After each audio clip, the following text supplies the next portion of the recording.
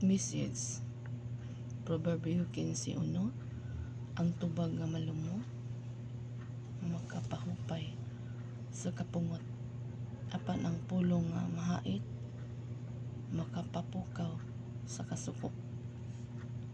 Promise Proverbio 15:33. Ang pagkahadlok kang yuva maoy pagpaamatngon sa kaalam, ug ang mapinaubsanon magauna sa kadungganan. Kuman Nehemiah 13:22.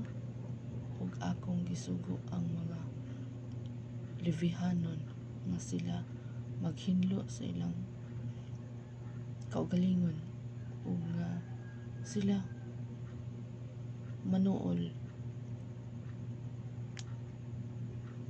o managbantay sa mga ganghaan aron sa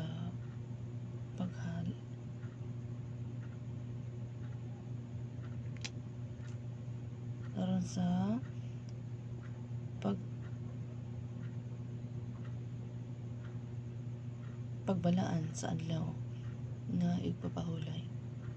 Hinumdumi kini alang kanako, o Dios ko, kini usab o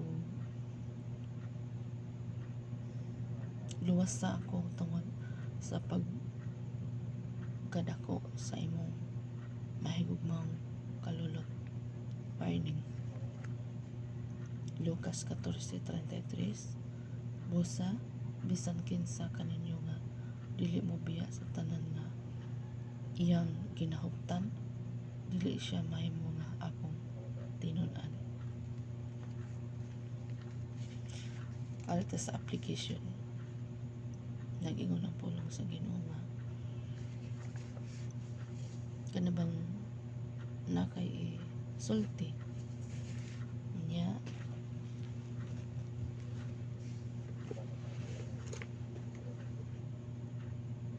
iba ka ng tubag nga malumo, nindot kayo paminaw, pero ang tubag nga singka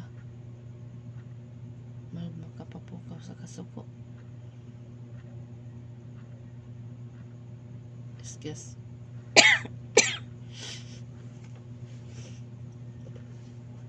So ginatudluan kita sa matuuran mao ang pulong sa Ginoo. Yan kalibutan na nga magpuyo kita ng hapsay, palinawon, atong gamiton ang pulong sa Dios nga kita natay istorya, dili na to isingka. Kaya ang Diyos nga to, Diyos man siya sa kalinaw. Nung kita po nga iyang mga kaanakan sa Ginoo,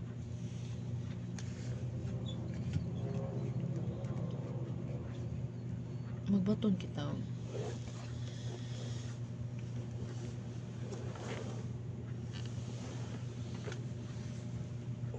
tubag nga malumo, dili isingka.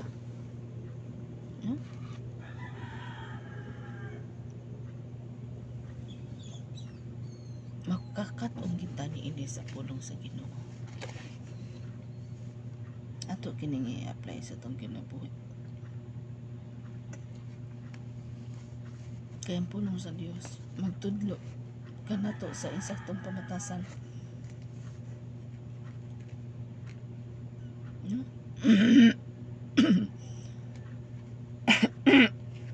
Excuse.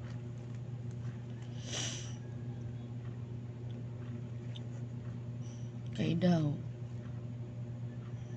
ang pulong nga mahait ba, sakit na pulong makapapukaw daw sa kasukot. So amping tamang higala.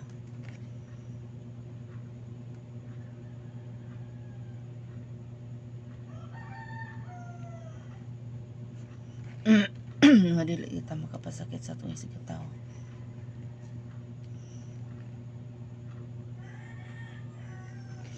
Nao nag-ingon diri sa Proverbio 15:1, ang tubag nga malumo makapahupay sa kapungot, apan ang pulong nga mahait makapapukaw sa kasukot.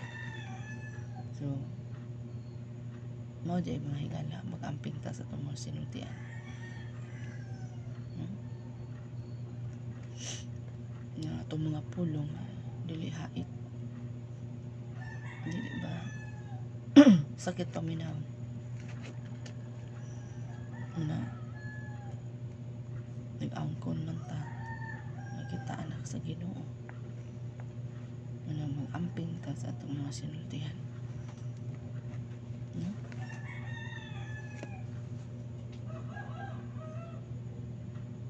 Kaya nag-ingon diri sa Proverbio 15:33, ang pagkadlok ng Jehova mo ay pagpahamatngon sa kaalam, ug ang mapinaubsanon una sa kadungganan. Dako ka kay dungog ani, ikaw mapaubsanon ka mga una sa kadungganan. Kuman Nehemiah 13:22, ug akong gisugo ang mga libihanon na sila maghinlo sa ilang kaugalingon. Sa maning hinlo sa kaugalingon kanang mga hait ng mga pulong sit aside na siya, wala na naman, o nga sila manuol o managbantay sa mga ganghaan aron sa pagbalaan sa adlaw na ipapahulay. Hinumdumi kini anang kanako, o Diyos ko, kini usab o luwas sa ako tungod sa pagkadako sa imong mahigog mo ang kalulot.